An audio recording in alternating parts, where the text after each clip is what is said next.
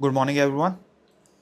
इसके अंदर मैट्रिसेस के अंदर हम सबसे पहले मैट्रिसेस के थ्योरम्स वो प्रॉपर्टीज और कॉन्सेप्ट देखेंगे। उसके बाद हम जंप करेंगे क्वेश्चंस पे, बिकॉज अगर हमको क्वेश्चंस सॉल्व ही नहीं हो रहे तो कोई वर्थ नहीं है इन कॉन्सेप्ट्स की। सो हम जल्दी जल्दी से एक बार कॉन्सेप्ट देख लेते हैं, फिर let's jump to the questions. If there are m into n rows, therefore m there are m rows and n column. m into n का मतलब, तो ए आई जे अगर मैं लिख रहा हूँ तो फर्स्ट जो एलिमेंट होता है, फर्स्ट नंबर जो होता है वो मेरे को रो नंबर दिखाता है। जैसे ये फर्स्ट रो है, ये फर्स्ट रो है, ये फर्स्ट रो है। और जबकि कॉलम जो होता है वो सेकंड एलिमेंट दिखाता है, सेकंड नंबर दिखाता है, नॉट एलिमेंट, सेकंड नंबर दिखाता है एक एलिमेंट का। Therefore I will number of row और J will number of column. Row जो मैट्रिसेस है उसके अंदर ओनली वन रो होना चाहिए। रो मैट्रिसेस को कभी कभी जल्दी में लोग कॉलम मैट्रिक्स ले लेते हैं, सो प्लीज रिमेंबर, अगर रो मैट्रिक्स है तो रो जो होगी वो सिंगल होगी। ऐसे ही कॉलम मैट्रिक्स में कॉलम जो होगा वो सिंगल अमाउंट में होगा। स्क्वायर मैट्रिक्स के अंदर जो नंबर ऑफ रोज है एंड नंबर ऑफ कॉलम्स वो दोनों इक्वल होनी चाहिए। अगर रोज और कॉलम्स इक्वल नहीं है वो स्क्वायर मैट्रिक्स नहीं है, और डिटर्मिनेंट जो होगा वो स्क्वायर मैट्रिक्स का ही निकाला जाएगा। सेकेंड थिंग, जो डायगनल मैट्रिक्स होते हैं ना, उसके जो सारे एलिमेंट होते हैं except diagonal matrix, all the element in the diagonal except them all elements are zero. For example D1 D2 D3 ये कुछ भी हो सकता है, लेकिन सारे और एलिमेंट वो जीरो होने चाहिए। These are called diagonal matrices. जो कि स्केलर मैट्रिक्सेस में जो डायगनल एलिमेंट्स हैं वो सारे इक्वल होने चाहिए, दैट्स कॉल्ड स्केलर मैट्रिक्स। और स्केलर मैट्रिक्स का सब पार्ट है आइडेंटिटी मैट्रिक्स, जिसमें जो डायगनल एलिमेंट्स है ना वो वन इक्वल होगा। जीरो मैट्रिक्सेस के अंदर सारे एलिमेंट, सारे मतलब सारे एलिमेंट जीरो होने चाहिए जीरो मैट्रिक्सेस के अंदर। ट्रांसपोज मैट्रिक्स बार बार पूछा जाता है, उसके कोई एक प्रॉपर्टी पूछ ली जाती है, कभी कोई प्रॉपर्टी पूछ ली जाती है, तो ट्रांसपोज मैट्रिक्स की प्रॉपर्टीज याद रखेंगे हम। फर्स्ट, ट्रांसपोज मैट्रिक्स होता क्या है, जब हम रो को कॉलम में कर देते हैं और कॉलम को रो में कर देते हैं, the matrix we get is called transpose. For example A अगर ए बी सी है तो A transpose A D G करके आएगा। ए ट्रांसपोज का ट्रांसपोज होगा वो ए होगा। सेकेंड सबसे इंपॉर्टेंट प्रॉपर्टी है, सेकेंड प्रॉपर्टी है के ए टी। तो के को जो स्केलर है वो हम कॉमन निकाल सकते हैं, उसका नहीं होगा ट्रांसपोज, और ए टी का ट्रांसपोज होगा। सबसे इंपॉर्टेंट प्रॉपर्टीज इसके अंदर ये है कि ए बी जो ट्रांसपोज है उस होल का ट्रांसपोज होगा, तो पहले तो हम बी ट्रांसपोज लिखेंगे फिर ए ट्रांसपोज लिखेंगे। लोग ये कॉन्सेप्ट गलत कर देते हैं, सो प्लीज प्लीज प्लीज इसको कहीं नोट इट डाउन कर लेना, या ये PDF free of cost Telegram channel पे या हमारी वेबसाइट पे दे रखी है free of cost. Go check it out and download it. Triangular matrices के अंदर एक्सेप्ट वो मैट्रिक्स, या तो ट्राइंगुलर मैट्रिक्स होते हैं जो अपर ट्राइंगुलर होते हैं या लोअर ट्राइंगुलर होते हैं। For example upper triangular matrix क्या होता है कि उसके जो लोअर एलिमेंट्स होते हैं ना अपर ट्राइंगुलर मैट्रिक्स के अंदर, लोअर एलिमेंट्स जीरो होते हैं और अपर एलिमेंट्स की कोई वैल्यू होती है। और लोअर ट्राइंगुलर मैट्रिक्स उसके अंदर लोअर ट्राइंगुलर एलिमेंट्स की वैल्यू होती है और अपर जो एलिमेंट्स होते हैं वो जीरो होते हैं। सो ये याद रखना है, ये लोग गलत कर जाते हैं, वो कंफ्यूज हो जाते हैं अपर और लोअर के बीच में। अपर के अंदर अपर एलिमेंट्स की कोई ना कोई वैल्यू होनी चाहिए और लोअर के अंदर लोअर एलिमेंट्स की कोई ना कोई वैल्यू होनी चाहिए। Addition and subtraction of matrix, A plus B जो होता है मैट्रिक्स का, और ए वो तो डायरेक्ट सारे एलिमेंट्स को प्लस कर देते हो। जो A1 होता है वो B11 से ही ऐड होगा, और A21 जो ऐड होगा वो B21 से ही ऐड होगा। That is addition of matrices. और सब्सट्रैक्शन में माइनस, सारे एलिमेंट को माइनस करके फिर ऐड कर देता है, वो सब्सट्रैक्शन होता है। For example in this case A I J जो होगा वो ऐड होगा बी आई जे से, और ये सारे एलिमेंट्स के लिए ट्रू है। ये थ्योरी पोर्शन है, देखना है देख लेना एक बार कि क्यूमुलेटिव मैट्रिसेस का प्रॉपर्टी का मतलब होता है ए प्लस बी जो होता है वो बी प्लस ए के इक्वल होता है। लेकिन ये प्रॉपर्टी जब नहीं होती जब ए डॉट बी होता है। A dot B is not equal to B dot A, therefore ये क्यूमिटेटिव नहीं है, लेकिन a प्लस बी है। ये रिमेंबर, ये याद रखेंगे हम। एसोसिएटिव प्रॉपर्टी, डिस्ट्रीब्यूटिव प्रॉपर्टी, एक बार ये क्वेश्चंस कर लेते हैं कि जिससे कि ये बहुत इजी है अगर आपको आता होगा, कि इसका जो a प्लस बी है, पहले 5 को हम ऐड करेंगे 4 से, 9 आ गया, 9 आ गया। फिर हम ऐड करेंगे -2 को 1 से, सो -1 आ गया। ऐसे ही 0 को 2 से 2 आ गया, 3 को 1 से 4 आ गया, 0 को 5 से 5 आ गया, 6 11, -1 0 -1 2 एंड 12। ऐसे ऐड करेंगे, सारे एलिमेंट्स को लेंगे। लेफ्ट कैंसिलेशन और राइट कैंसिलेशन बेसिक है, देखना देख सकते हो। स्केलर प्रॉपर्टीज के अंदर अगर मैं के ए लिख रहा हूँ, इसका मतलब जो के है, जो स्केलर है, वो सारे एलिमेंट से मल्टीप्लाई होगा जब वो अंदर जाएगा मैट्रिसेस के। ये प्रॉपर्टी इंपॉर्टेंट है। अल्फा जो है, अगर वो अल्फा ए प्लस बी लिख रहा हूँ, तो पहले वो पहले मैट्रिक्स से मल्टीप्लाई होगा और फिर वो दूसरे मैट्रिक्स से मल्टीप्लाई होगा। और alpha beta, A B alpha beta को हम कॉमन लेके ए लिख सकते हैं। मैट्रिक्स मल्टीप्लिकेशन बहुत बार हर क्वेश्चन में आती है, हर बार पूछी जाती है। और ये जब मैंने आपको बताया था, ये कॉम्यूटेटिव नहीं होती। मैट्रिक्स एडिशन में कॉम्यूटेटिव होती है, लेकिन मैट्रिक्स मल्टीप्लिकेशन में कॉम्यूटेटिव नहीं होती। ए, इसका मतलब यह है कि A B is not equal to B A always. ये रिमेंबर, याद रखना इसके, ठीक है ना। A B is not equal to B A, फिर मैं कह रहा हूँ ये लोग गलत कर जाते हैं। और ए बी करने के लिए अगर मैं ए मैट्रिक्स है जिसकी जो m इंटू एन ऑर्डर है, और बी मैट्रिक्स जिसका n इंटू पी है, तो जो सेकेंड कॉलम होगा और बी का रो जो होगा वो सेम होना चाहिए जब भी हम मल्टीप्लाई करते हैं। ये सबसे इंपॉर्टेंट है। n इक्वल होना चाहिए, कॉलम और रो इक्वल होनी चाहिए। और जो लास्ट में मैट्रिक्स बचेगा उसका जो ऑर्डर होगा वो m इंटू पी होगा। अब ये क्वेश्चन देख लीजिए, इस क्वेश्चन को कि x square minus 5x plus 6, इसका मतलब ये हो गया, x के अंदर a डालूंगा मैं, a इंटू ए, ये क्या हो गया 2 2 1 0 1 -1 1 3 0, 2 2 1 0 1 -1 1 3 0, 2 0 1 इज इक्वल टू 5 हो गया। ये हो गया -1। मैं पहले इसको इससे मल्टीप्लाई करा, फिर मैंने इसको इससे मल्टीप्लाई करा, फिर इसको इससे कर रहा हूँ। अब 2 इंटू 1 2 हो गया, 0 0 हो गया, 2 1 3 2 4 4 6 6 9 9 आ गया इसका। और 2 1 3 इज इक्वल टू 1 प्लस -3 -2 आ गया। एंड 2 1 3 1 3 0 इज इक्वल टू 2 3 5 आ गया। 1 -1 0, 1 का आ गया 2, -1 का आ गया 0 हो गया। ये 1 -1 -1 आ गया एंड 1 -2 आ गया। ये मेरा a स्क्वायर आ गया। अब मेरा जो a है, तो मैं 5a क्या लिखूंगा, ये a स्क्वायर हो गया, 5a हो गया इज इक्वल टू 10 10 5 0 5 -5 5 15 0 और 6i। ये जब मैं मैट्रिक्स में डालूंगा तो जो 1 होगा वो i में कन्वर्ट हो जाता है। इसका लिखने का तरीका ये होता है, देयरफॉर 6i का मतलब हो गया 6 6 6 0 0 0।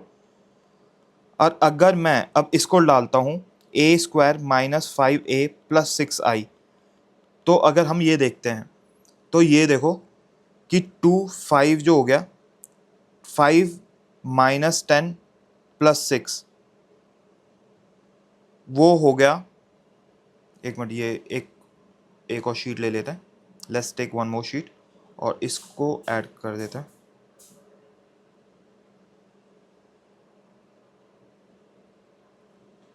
Copy,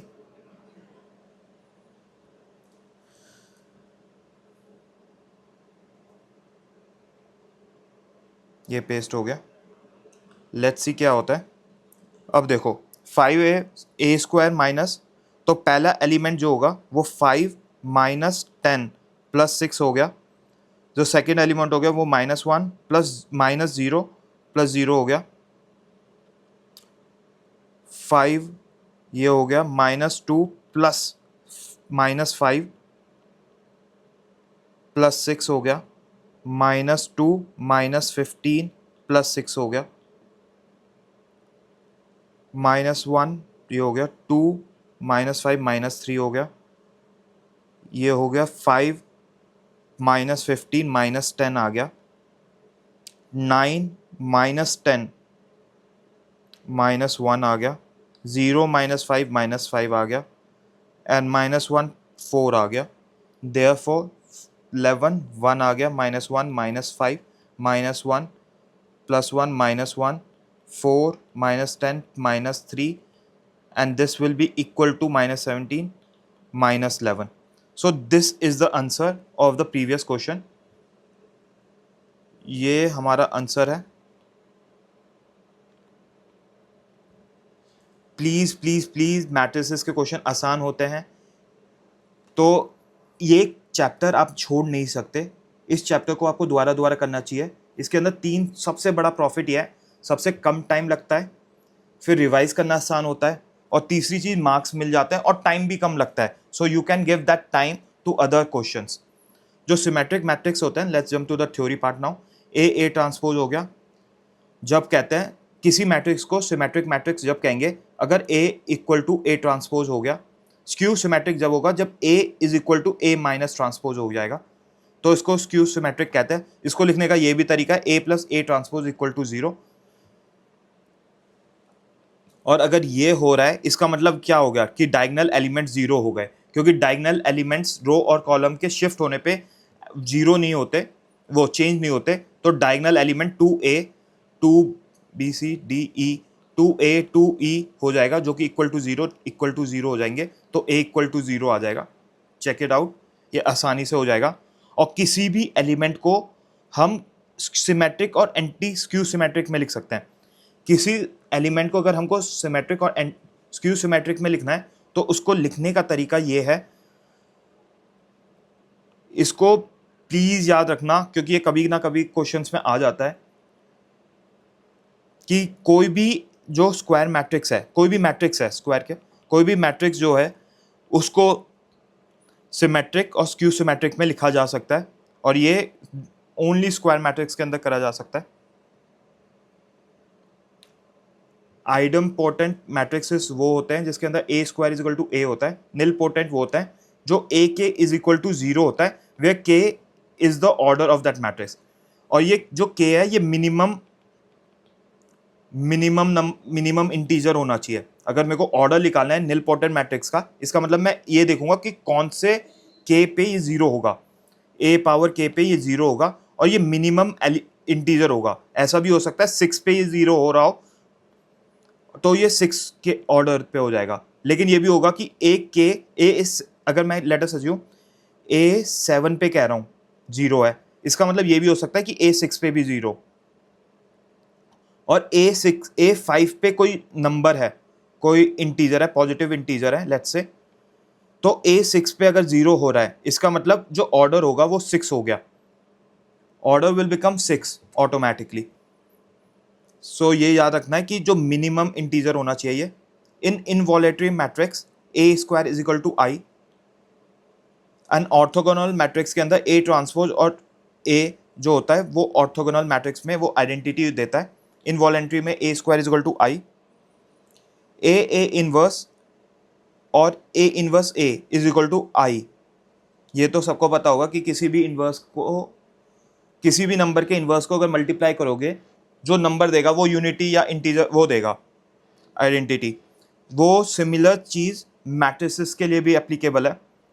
and A inverse of inverse वो ए होता है, कैंसिल आउट हो जाता है, और के ए इनवर्स, तो के भी इनवर्स होके के को जब निकालते हैं तो 1/k हो जाता है।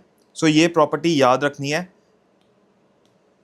A B inverse behave like transpose. जब ऐसे ही हमने ट्रांसपोज का याद करा था कि ए बी ट्रांसपोज जो होता है वो बी ट्रांसपोज ए होता है, ये भूलना मत।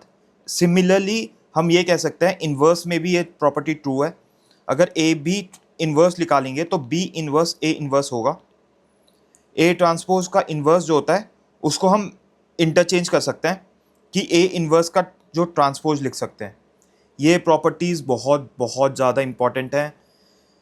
ये सॉल्व नहीं होते क्वेश्चन जब ये प्रॉपर्टी आप भूल जाते हो। प्लीज़ इसको याद रखना। इन प्रॉपर्टीज आइडेम्पोर्टेंट मैट्रिसेस किसे कहते हैं, इनवॉलेंट्री मैट्रिसेस किसे कहते हैं, ऑर्थोगोनल मैट्रिसेस किसे कहते हैं। लोग कंफ्यूज हो जाते हैं पेपर में। द ओनली थिंग मैथ्स के अंदर there are very less concept जो आपको रट्टा याद करना होता है, रट्टा मानना होता है। उनमें से ये कुछ कॉन्सेप्ट्स हैं। सो please please please in concept को रिवाइज करना जिससे कि पेपर से पहले आप ये भूलो ना। इसके कारण ये पीडीएफ मैंने free of cost Telegram channel और मेरी वेबसाइट सो सिंपल IIT पे दे रखी है। So go download it and use it. Paper से पहले भूल मत जाना बस। मेरे को बहुत दुख लगेगा कि मेरे स्टूडेंट्स ये कॉन्सेप्ट हैं जिसको मैंने इतनी अच्छी तरह पढ़ाया वो भूल गए। द एडजॉइंट ऑफ ए जो है वो कोफैक्टर मैट्रिक्स का ए है। इसका मतलब यह है, अगर मैं लिखता हूँ एडजॉइंट ऑफ ए, अगर ए तो सारे एलिमेंट्स जो हैं, अगर A B C D E F G H I ये मेरे वो है मैट्रिक्स, तो इसका जो कोफैक्टर होगा, लेट्स से ए का जो कोफैक्टर होता है वो हो गया ए, उसको हम कहेंगे ए। बी का जो कोफैक्टर होगा उसको कहेंगे हम बी। ऐसे ही तो इन जब ये मैं लिखूंगा ए, कैपिटल ए लिख रहा हूं जो कि कोफैक्टर ऑफ ए है, जो ए है, जो कैपिटल ए है वो कोफैक्टर ऑफ ए है, और बी जो है वो कोफैक्टर ऑफ बी है। जब ये एलिमेंट लिखूंगा मैं डी ई कैपिटल है ये, एफ जी एच आई, और इसको जब मैं मैट्रिसेस के फॉर्म में लिखूंगा तो ये मैं कहता हूं ये एडजॉइंट ऑफ मैट्रिसेस है। लेट्स से ये है एक्स मैट्रिक्स का, तो ये हो गया एडजॉइंट ऑफ एक्स। ये एडजॉइंट की वो है डेफिनेशन, और इसकी प्रॉपर्टीज याद रखनी है।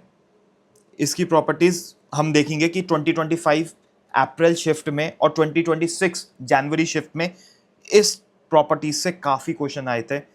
सो please please please do not miss this properties. I know कि थोड़ी चीज़ रट्टा मारने वाली है मैट्रिसेस में, लेकिन अगर वो चीज़ कर लो ना तो आपके कम टाइम में बहुत सारे मार्क्स आ जाते हैं।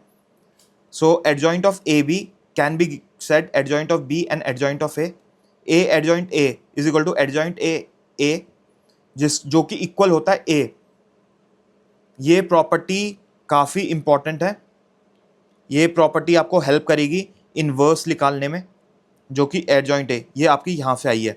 ए inverse is equal to adjoint A inverse. ये प्रॉपर्टी याद रखनी है। कभी कभार इनवर्स निकालना पड़ जाता है तो हम ऐसे निकालते हैं। एडजॉइंट ए का जो डिटर्मिनेंट होता है वो an-1 होता है, डिटर्मिनेंट ऑफ an-1, और एडजॉइंट ऑफ एडजॉइंट ए जो ए का डिटर्मिनेंट है n-2 a-in। ये दोनों बहुत इंपॉर्टेंट है, और पिछली साल और इस साल 2026 जनवरी शिफ्ट में ये दोनों वो प्रॉपर्टीज पूछी गई है। सो प्लीज़ इन प्रॉपर्टीज़ को याद करनी है। आप कुछ नहीं कर सकते अगर ये प्रॉपर्टीज़ भूल गए तो आपके कहीं मार्क्स, ऐसे आसान क्वेश्चंस में मार्क्स नहीं आएंगे।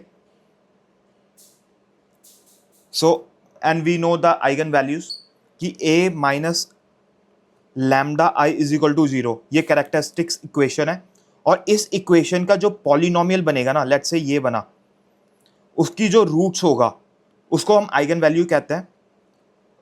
और हर एक मैट्रिक्स अपने कैरेक्टरिस्टिक्स इक्वेशन को सॉल्व करती है।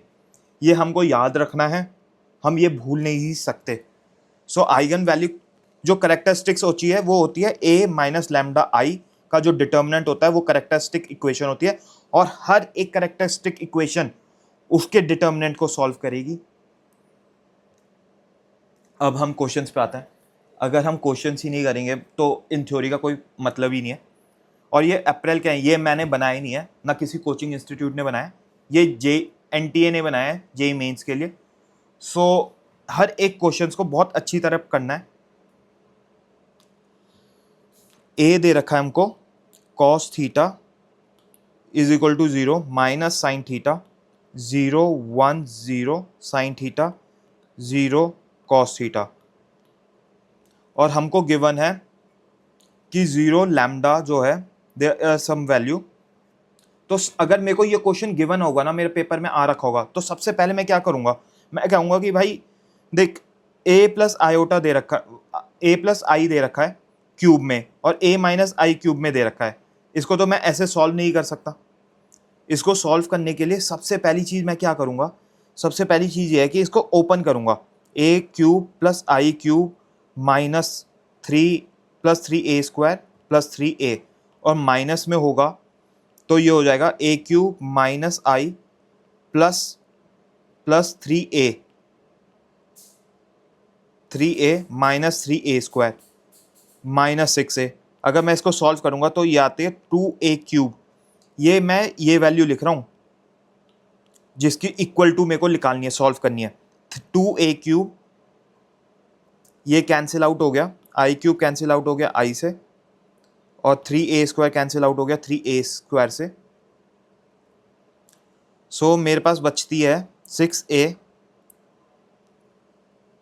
मेरे पास बच रहा है 6a माइनस 6a, जो क्या होता है 6a कैंसिल आउट हो गया। सो 2a क्यूब निकालनी है। सो इसकी वैल्यू 2a क्यूब है, अब मेरे को a क्यूब निकालना है। अगर मैं a स्क्वायर निकालता हूँ, पहले तो a क्यूब के लिए मैं a स्क्वायर निकालूंगा ना। a स्क्वायर कैसे निकालूंगा, cos theta 0 minus sine theta. अरे a स्क्वायर तो गिवन है, a square is equal to 80, a square तो गिवन है, तो मेरे को a क्यूब निकालना है, तो मैं a square is equal to a होता है, और a स्क्वायर क्या है 80 है। तो इसका मतलब तो ये हो गया ना कि cos A square is equal to A transpose, given है ए ट्रांसपोज इंटू ए निकालना है मेरे को। तो ए ट्रांसपोज हो गया cos theta 0 sine theta 0 1 0 minus sine theta 0 और कॉस थीटा, और ए हो गया cos theta 0 minus sine theta 0 1 0 sine theta 0 cos theta. अब ये देखो, ये वाली चीज़ मैं यहाँ माइनस करूँ, मल्टीप्लाई करूँगा, सो ये आ गया कॉस स्क्वायर थीटा प्लस ये cos square theta 0 sine square theta, जो कि होता है इक्वल टू 1। कॉस थीटा ये हो गया 0 के equal, cos theta 0 sine theta, तो minus sine square cos theta, ये 0 हो गया, 0 1 0, ये भी 0 हो गया, 0 1 0 1 1 आ गया, 0 1 0, ये हो गया 0, ये भी 0, ये भी 0, minus sine theta cos theta minus sine theta, ये कॉस थीटा हो गया, साइन थीटा कॉस थीटा, ये 0 हो गया, ये 0 हो गया, और ये हो गया minus sine square theta plus cos square theta 1 आ गया। सो और इसके अंदर पूछा है सम ऑफ द डायगोनल मैट्रिसेस, जो कि हो गया 1 + 1 + 1 इज इक्वल टू 3। इतना आसान क्वेश्चन था। सो प्लीज प्लीज प्लीज ऐसे क्वेश्चन पे फोकस करना। कितना आसान क्वेश्चन था कि इसको आपको ए स्क्वायर भी नहीं निकालना था, वो भी गिवन था, ए ट्रांसपोज है, आपको चेक भी नहीं करना। सो अब मैट्रिसेस ऑफ ऑर्डर 2 पे देखते हैं कि ये कितने मैट्रिसेस होंगे। लेट्स सी कि number of singular matrices of order 2 whose element from the set is equal to 2 3 6 9। इसका मतलब ये हो गया कि अगर मैं एक एलिमेंट लेता हूँ, केस 1 लेता हूँ एक एलिमेंट का, कि 1 एलिमेंट होगा, अगर 1 एलिमेंट होगा तो सारे सिंगुलर मैट्रिक्स होगा। सिंगुलर मैट्रिक्स की डेफिनेशन क्या है, इसके कारण मैं कहता हूँ कि आपको कुछ पार्ट आपको मैट्रिसेस के रट्टा मारने पड़ेंगे, आप कुछ नहीं कर सकते। सिंगुलर मैट्रिसेस का मतलब ही ये है कि जो डिटर्मिनेंट ऑफ मैट्रिक्स है ना वो 0 के इक्वल है, therefore 1 element is equal to 0। अगर मैं 1 एलिमेंट लूंगा चारों केस में, 2 2 2 2 या फिर 3 3 3 3 या फिर 6 6 6 6 या फिर 9 9 9, ये सारे मेरे को क्या देंगे, सिंगुलर मैट्रिसेस तो देंगे, क्योंकि इसका सबका डिटर्मिनेंट 0 है। तो केस 1 में नंबर ऑफ पॉसिबल जो है वो 4 हो गए। केस 2 के अंदर अगर मैं लेता हूँ 2 एलिमेंट, अगर मैं देखता हूँ 2 6 लेता हूँ या फिर 3 9 लेता हूँ, कोई भी एलिमेंट लेता हूँ और उसको मैं ऐसे लगाता हूँ कि 2 एक जगह आ जाए, 6 एक जगह आ जाए, 2 एक जगह आ जाए, 6 एक जगह आ जाए, 12 12। इसको भी मैं 4 तरीके से लगा सकता हूँ। मैं 2 6 का लेता हूँ, पहले 2 6 को लेता हूँ, 2 6 को मैं ऐसे लिख सकता हूँ तब भी आएगा, 2 6 को मैं ऐसे लिख सकता हूँ तो भी देगा, या फिर 2 6 को मैं 6 6 2 2 के वे में लिख सकता हूँ, या फिर 6 6 2 2 के वे में। इन चारों केस में ये मेरे को सिंगुलर मैट्रिसेस देगा। और इन 4C2 ऐसे 2 एलिमेंट कितने तरीके से ले सकता हूँ 4C2 वेज में, और इनके पॉसिबल वेज कितने 4। Therefore it's mean 4 into 3 2 4 2 6 24। Case 2 के 24 केसेस होंगे। केस 1 के तो हो गए 4 केसेस, केस 2 के हो गए 24 केसेस। केस 3 के लेते हैं अब कि भाई केस 3 में कितने केसेस हैं। अगर मैं 3 एलिमेंट्स लूंगा ना, एक भी केस नहीं बनेगा। सबसे इंपॉर्टेंट बात है क्यों नहीं बनेगा, क्योंकि कोई 2 एलिमेंट 2 3 6 ये सारे एक दूसरे के मल्टीपल हैं। और कौन से 2 एलिमेंट, तो there will be no cases in this. अगर आप सारे केसेस लोगे ना तो भी एक केस नहीं बनेगा, और ये आपको बाय कॉमन सेंस समझ आ जाना चाहिए कि अगर आप एक एलिमेंट को डबल लेते हो और बाकी 2 एलिमेंट सेपरेट लेते हो तो कोई भी केस ऐसा नहीं है जिसमें कि वो इक्वल आ जाए। अगर मैं केस 4 लेता हूं, देयरफॉर नो केस, 0 हो गया, इसका 0 हो गया। और केस 4 में चारों एलिमेंट डिफरेंट है। चारों एलिमेंट डिफरेंट का मतलब हो गया 2 4 एलिमेंट डिफरेंट, इसका मतलब हो गया 2 3 6 9 18 इंटू 18, ये एक केस हो गया। अब इसको लिखने के 2 तरीके हो गए। 18 0 हो गया, ये 18 इंटू 18 0 हो गया। अब 9 इंटू 2 भी लिख सकते हैं और 3 इंटू 6 3 6 भी लिख सकते हैं, या फिर 3 6 के अंदर डिवाइड कर सकते हैं। So there are 4 ways only, there are 4 ways only कि जब आप, देयर आर 4 वेज इसके अंदर। अब 4 वेज ये हो गया, और 4 वेज ये आ जाएंगे जब 3 6 हो जाएगा, और 3 6 यहाँ लिखने की बजाय, अरे एक और मैट्रिक्स लेना पड़ेगा, एक और लिखते हैं कि इसके 2 3 2 2 9 और 3 6 2 9 6 3 9 2 3 6 9 2 6 3। आप समझ रहे हो, 3 6। अब 2 9 को चेंज करके 3 6 की वे में लिख दो तो हो गया 3 6 2 9।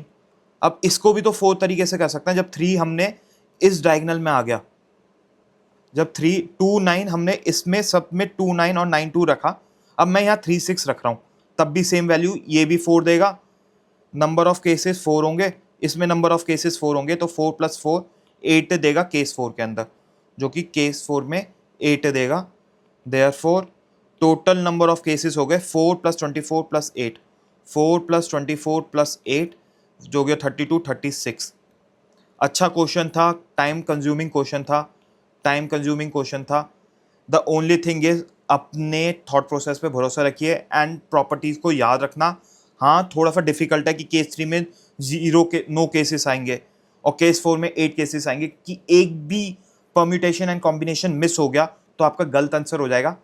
सो प्रॉपर्टीज को याद रखनी है कि सिंगुलर मैट्रिक्स होती क्या है, और परम्यूटेशन कॉम्बिनेशन में थोड़ा सा लक फैक्टर तो है। I will consider it a moderate, above moderate question in JEE Mains, और ये लोअर मॉडरेट क्वेश्चन होता है जेई एडवांस के अंदर। Now let's jump to the next question. ये देखो ये क्या क्वेश्चन है भाई, बहुत अच्छा क्वेश्चन। इसमें टाइम कंज्यूमिंग क्वेश्चन है। ये क्वेश्चन लास्ट में करने वाला क्वेश्चन है। इस क्वेश्चन को पहले क्वेश्चन को जंप नहीं करेंगे। लेट्स सी कि कैसे सॉल्व करते हैं इस क्वेश्चन में। देखो 4AB दे रखा है, 4AB और ये 0 0 0 दे रखा है, तो इसका मतलब ये है कि हमको एक तो वैल्यू निकालनी है इसकी। 4AB को मल्टीप्लाई करेंगे, 4AB multiply by this, is equal to 4 minus A minus 2b, 4 minus A minus 2b is equal to 0 हो गया। 464 माइनस ए माइनस 14b, ये 0 हो गया। और 13b नहीं 13 4 6 26 52 plus 2a minus 8b is equal to 0। Therefore 4 is equal to a plus 2b आ गया। 64 is equal to a plus 14b आ गया। Let's solve from this. अगर माइनस करते हैं तो 12b आ गया 60 में से, b इज इक्वल टू 5 हो गया। 5 का मतलब हो गया a is equal to minus 6 हो गया। ठीक है, अगर a इज इक्वल टू, अब मेरे को निकालना है 4 alpha 4 plus m alpha minus 6 plus n alpha 5, इसकी वैल्यू निकालनी है मेरे को। और 3 के अगर मैं अल्फा 6 से मल्टीप्लाई कर देता हूं तो ये हो गया 4 alpha square plus m plus n alpha is equal to 3 alpha 6, जो कि क्या दे रखा है, ये अल्फा जो है रूट ऑफ दिस है। और इसकी खास बात पता है क्या है, अगर मैं कहता हूँ किसी को इक्वेशन को, ये रूट ऑफ यूनिटी देगा, क्यूब रूट ऑफ यूनिटी इस equation omega complex, cube root of unity omega and omega square, ये वैल्यू देगा। कैसे कैसे निकाला हमने, x cube minus 1 is equal to 0 होता है, हमको ये पता है, ये कॉम्प्लेक्स नंबर में पड़ा है, x minus 1 and x square plus x plus 1। तो हम यही तो कहते हैं कि x इज इक्वल टू 1 जो हो गया ये क्यूब रूट ऑफ यूनिटी है, और ओमेगा स्क्वायर भी क्यूब रूट ऑफ यूनिटी है। लेकिन इसने कह दिया कि ये है कि हम 1 नहीं ले सकते, लेकिन ओमेगा स्क्वायर ले सकते हैं। इससे क्वेश्चन थोड़ा सा मुश्किल हो गया। क्यों? क्योंकि अब 4 अल्फा स्क्वायर को हमको कॉम्प्लेक्स नंबर में सॉल्व करना पड़ेगा, जो कि होता है -1 minus root 3/2 minus half root 3/2 iota plus m plus n minus half plus root 3/2 iota, और यहाँ हो गया 3 अल्फा 6 क्या हो गया 1। Alpha cube is equal to 1 होता है ना, ओमेगा क्यूब या ओमेगा 6 इज इक्वल टू 1 होता है। देयरफॉर दिस, अब मैं इसके रियल रूट्स को कॉमन लेता हूँ, real roots, only real roots को लूंगा मैं, रियल रूट्स लेता हूँ पहले मैं, रियल रूट्स देखते हैं। -4, सॉरी रियल रूट्स कह रहा हूँ, रियल पार्ट को इक्वेट करते हैं, सॉरी रियल पार्ट को इक्वेट करेंगे हम पहले। -4 -2 हो गया, प्लस m हो गया, माइनस n/2 हो गया, ये हो गया 3 के इक्वल।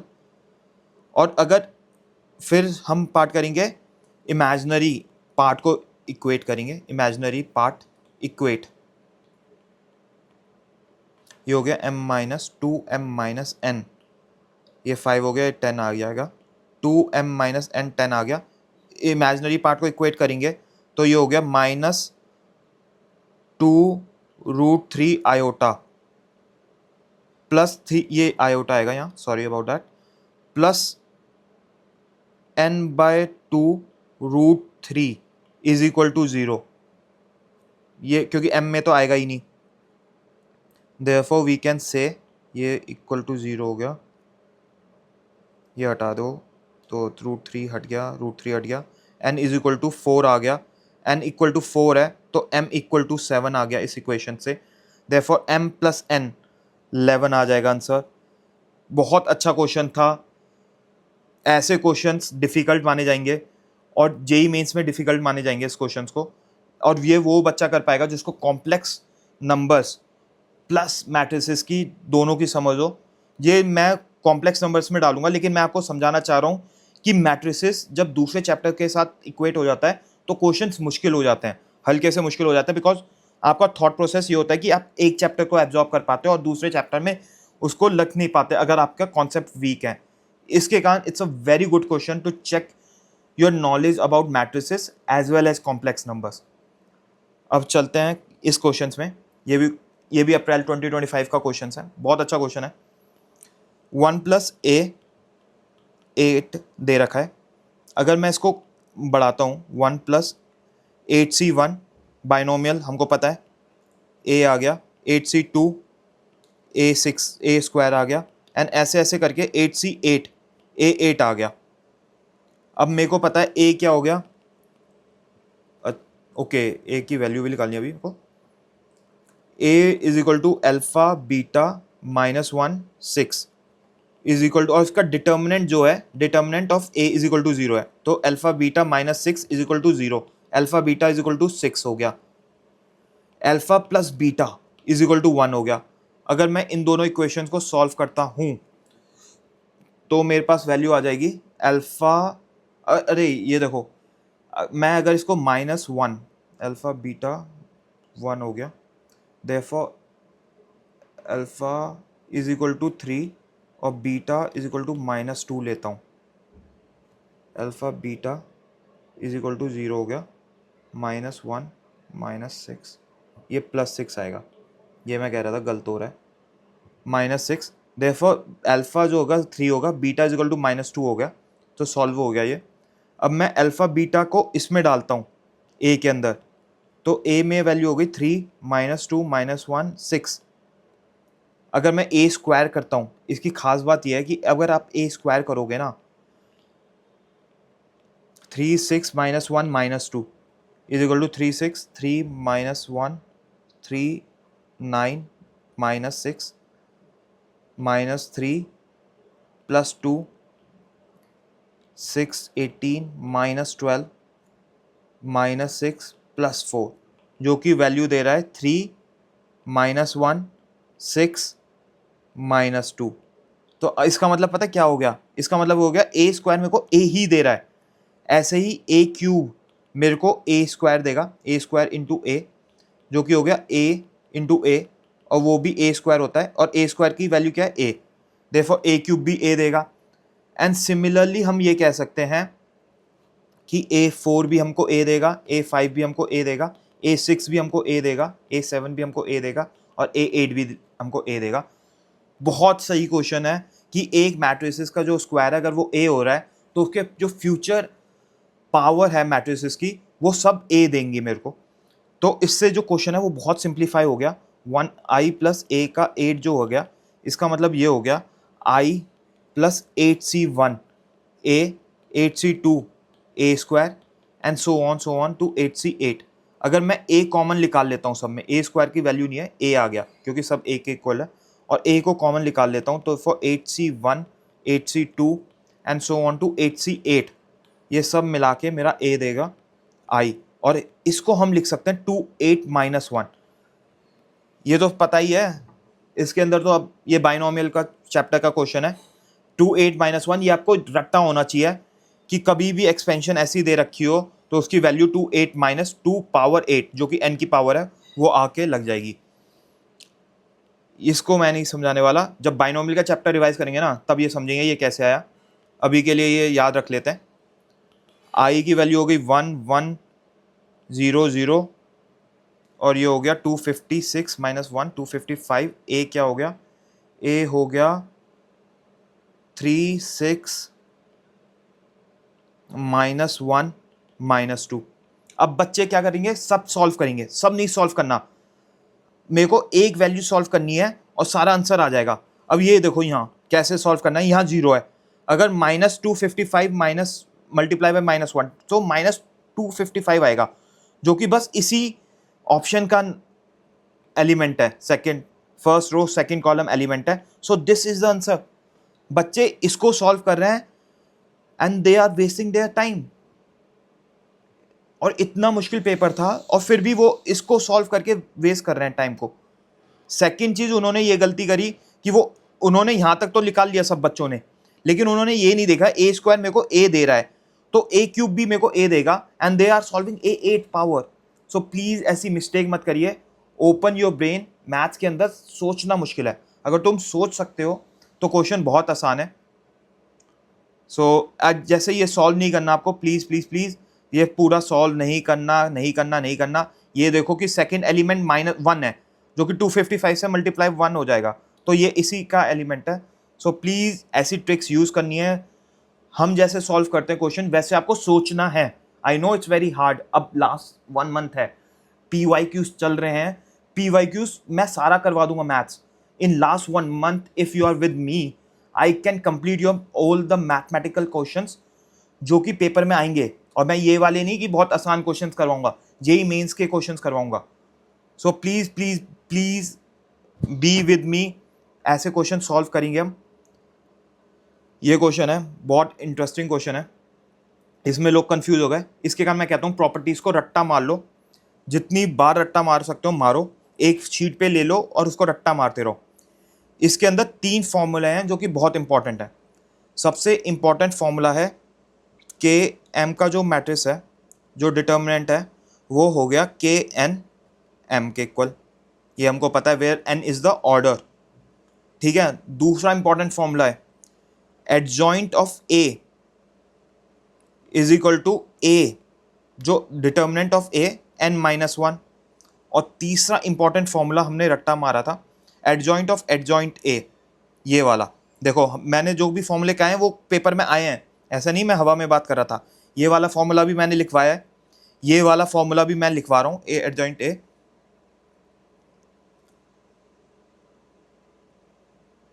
सो ये फॉर्मूला है ए एडजॉइंट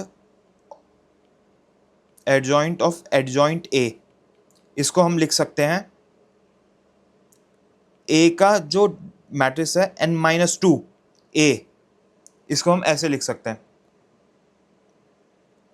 अब इस क्वेश्चन में देखते हैं कि इसको सॉल्व कैसे करेंगे। इसको मैं बहुत सिंपल तरीके से करवाऊंगा, बच्चे कॉम्प्लिकेटेड लेके इसको सॉल्व नहीं कर पाते। फर्स्ट थिंग 2 अगर मैं इसके अंदर ले लेता हूं, और एडजॉइंट की जो भी ऑर्डर होगा, एडजॉइंट का जो ऑर्डर होता है वो भी 3 होगा।